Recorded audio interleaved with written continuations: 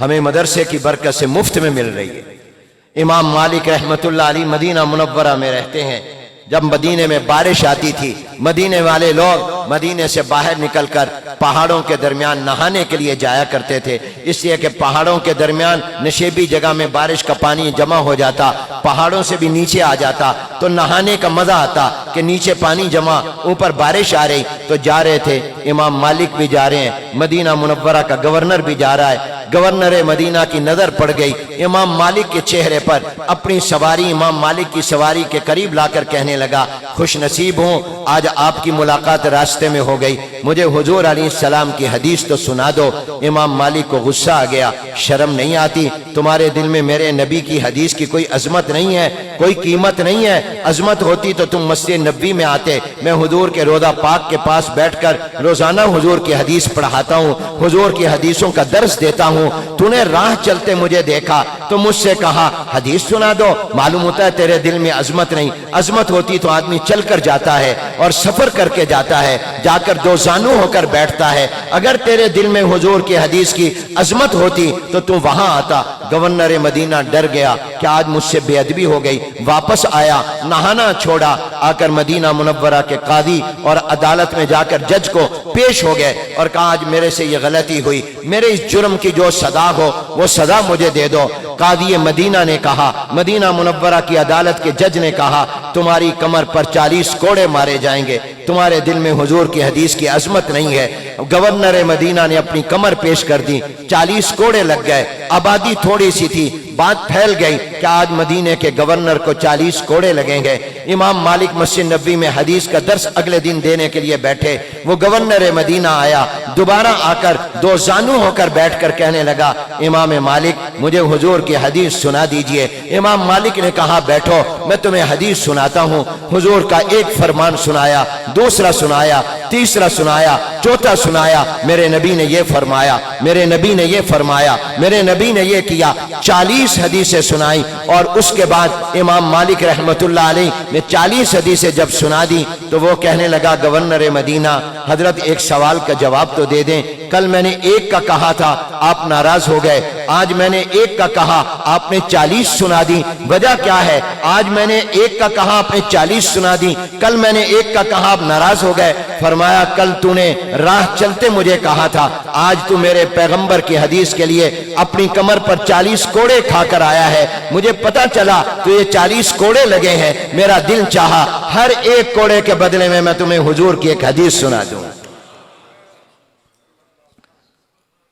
تو گورنر مدینہ کہتا ہے کاش مجھے پتا ہوتا کہ ہر حدیث کے بدلے، ہر کوڑے کے بدلے میں حضور علیہ السلام کی ایک حدیث سننے کو ملے گی تو میں 40 سے زیادہ کوڑے کھا کر آتا۔ یہ عظمت تھی۔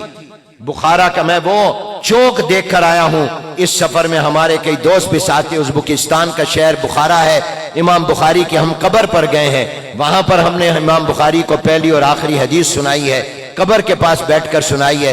امام بخاری رحمتullah علیہ بخارا شہر کے جس چوک پر حضور علیہ السلام کی حدیثیں بیان کیا کرتے تھے، ایک مرتبہ لوگوں نے گنا کہ کتنے لوگ ہوں گے تو 80,000 کا مجمع تھا جو امام بخاری سے حضور کی حدیث سننے آیا تھا۔ لوگوں کے دلوں میں عظمت تھی۔ بغداد میں، دمشق میں، مصر میں محفلیں قائم ہوا۔ آج تمہارے ہاں گانوں کی محفلیں لگتی ہیں، ڈانس کی محفلیں لگتی ہیں، رقص و سرود کی محفلیں قائم ہوتی ہیں۔ وہ زمانہ تھا جب قرآن کے تلاوت کی محفلیں لگتی تھیں، حدیث کی محفلیں چوکوں میں لگا کرتی تھی۔ تو میرے دوستو حدیث غور سے سنو تو زندگی بدل جاتی ہے۔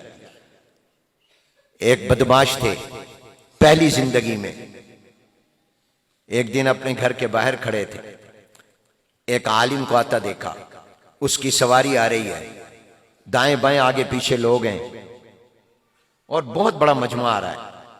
ان کے گھر کے قریب پہنچنے لگے تو کچھ لوگ آگے آ رہے تھے، کہا یہ کون آ رہے ہیں؟ کہا یہ ایک بڑے محدث عبداللہ بن مبارک رحمتullah علیہ آ رہے ہیں۔ کہا اچھا، نہیں حضرت شعبہ آ رہے ہیں، عبداللہ بن مبارک شعبہ آ رہے ہیں، امیر المؤمنین فی الحدیث، بہت بڑے عالم محدث تھے۔ کہاں جا رہے ہیں؟ یہ آگے جاتے ہیں، وہاں جا کر حضور علیہ السلام کی حدیث پڑھاتے ہیں۔ یہ ساتھ کون دوڑ رہے ہیں سواری کے؟ کہا یہ ان کے شاگرد ہیں۔ جو وہاں جا کر ان سے حدیث پڑھیں گے، حدیث کا علم حاصل کریں گے۔ یہ بدماش تھے، دوستوں کے انتظار میں کھڑے تھے، آگے بڑھے، آگے بڑھ کر حضرت شعبہ جس سواری پر سوار تھے اس کی رسی اور لگام پکڑ لی اور کہا پہلے مجھے حدیث سناؤ پھر جانے دوں گا۔ انہوں نے کہا یہ کیا طریقہ ہے، بدماش بن کر حدیث سننی ہے؟ حضور کی حدیث سننی ہے تو میرے سبق میں آؤ، آ کر دو زانو ہو کر بیٹھو، یہ کائنات کے سردار کا کلام ہے، یہ پیغمبروں کے پیغمبر کا کلام ہے، وہاں آ کر سنو۔ اس نے کہا آپ مجھے سناتے ہیں یا میں آپ کو قتل کروں؟ میرے پاس خنجر ہے، میں ابھی نکال لوں گا۔ حضرت شعبہ نے سوچا یہ باز نہیں آئے گا، سواری نہیں چھوڑے گا، ہو سکتا ہے قتل بھی کر دے، بدماش ہے۔ تو حضرت شعبہ نے کہا اچھا سنو۔ حضرت شعبہ رحمت اللہ علیہ نے پوری حدیث اپنے سے حضور تک کہ میرے استاد نے مجھے، ان کے استاد نے، ان کے استاد نے، حضور تک سند بیان کی، اور بیان کرنے کے بعد یہ حدیث سنائی۔ فرمایا میرے محبوب پیغمبر صلی اللہ علیہ وسلم نے فرمایا اذا لم تستحی فاصنع ما شئت، جب تو بے حیا ہو جائے تو جو چاہے کر۔ اس لیے کہ غلط کاموں سے تو حیا روکتی ہے، جب حیا نہیں ہے۔ آج دیکھتے ہیں آپ دنیا میں عورتیں اپنے جسم کا لباس اتار رہی ہیں، کیوں؟ حیا ختم ہو گئی۔ پہلے عورت برقع نہیں اتارتی تھی، چہرہ نہیں ننگا کرتی تھی، آج بازو ننگے ہیں، سینہ ننگا ہے، کمر ننگی ہے، حیا جو ختم ہو گئی۔ حیا ہی تو انسان کو روکتی ہے۔ فرمایا حضور علیہ السلام نے فرمایا جب تیری حیا ختم ہو جائے پھر تیرا جو چیز چاہے کر۔ دل پر چوٹ لگی، حضور کی حدیث تھی، فوراً معافی مانگی، توبہ کی اور کہا آپ بھی معاف کر دیں، میں اللہ سے بھی معافی مانگتا ہوں، میں نے بے حیائی کا کام کیا، آپ کو روکا اور آپ کی بے ادبی کی، میں توبہ کرتا ہوں۔ وقت قبولیت کا تھا، کوئی پتہ نہیں ہوتا کب دل کی دنیا بدل جائے، اس لیے کہتے ہیں نگاہ مومن سے بدل جاتی ہیں تقدیریں۔ اس لیے کہا جاتا ہے یک زمانہ صحبت با اولیاء بہتر 100 سالہ طاعت بے ریا۔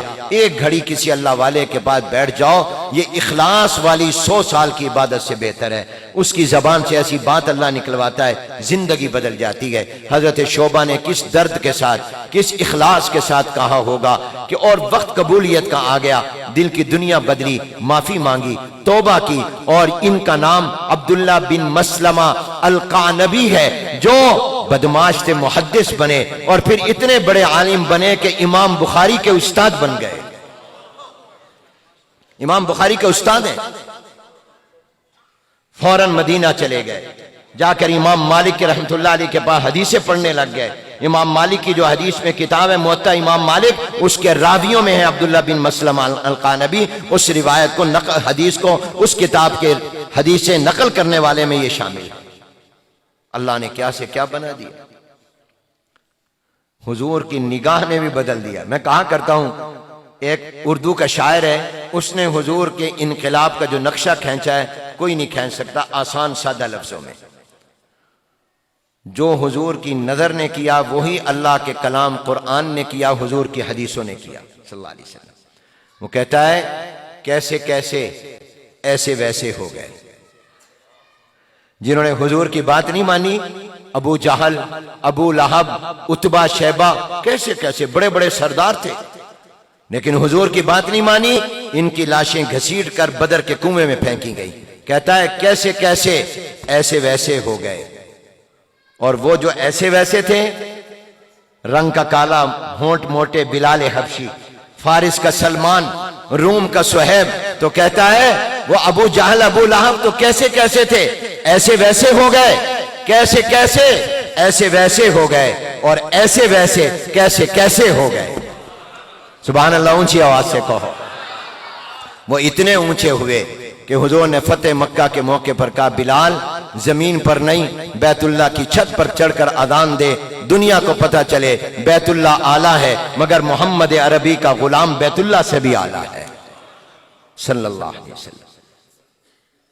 یہی انقلاب پیدا کیا ہے حضور علیہ السلام پر اترنے والے قرآن نے، یہی انقلاب پیدا کیا ہے۔ اگر سچے توجہ سے حضور پڑھے تو حضور کی حدیثوں نے بھی، یہ حضور علیہ السلام کی حدیث نے عبداللہ بن مسلمہ القعنبی کو گنڈے اور بدماش سے محدث بنا دیا، امام مالک کا شاگرد بنا دیا، امام بخاری کا استاد بنا دیا۔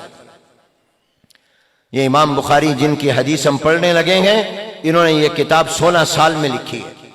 اور کہاں لکھی ہے؟ مکہ المکرمہ میں، خانہ کعبہ اور بیت اللہ اور حرم شریف مسجد حرام میں بیٹھ کر، اور اس کے عنوانات مدینہ منورہ میں لگائے۔ اور کتنا عرصہ لگا؟ 16 سال۔ اور فرماتے ہیں پورے 16 سال مجھے حضور کی ان حدیثوں کو جمع کرنے میں لگا، تحقیق کر کے کہ میرے پیغمبر کی واقعی یہ حدیث ہے، یہ ان کا فرمان ہے۔ کہا اس پورے 16 سال کے عرصے میں ایک دن بھی میں نے روزہ نہیں چھوڑا، روزہ رکھ کر میں نے یہ کتاب لکھی۔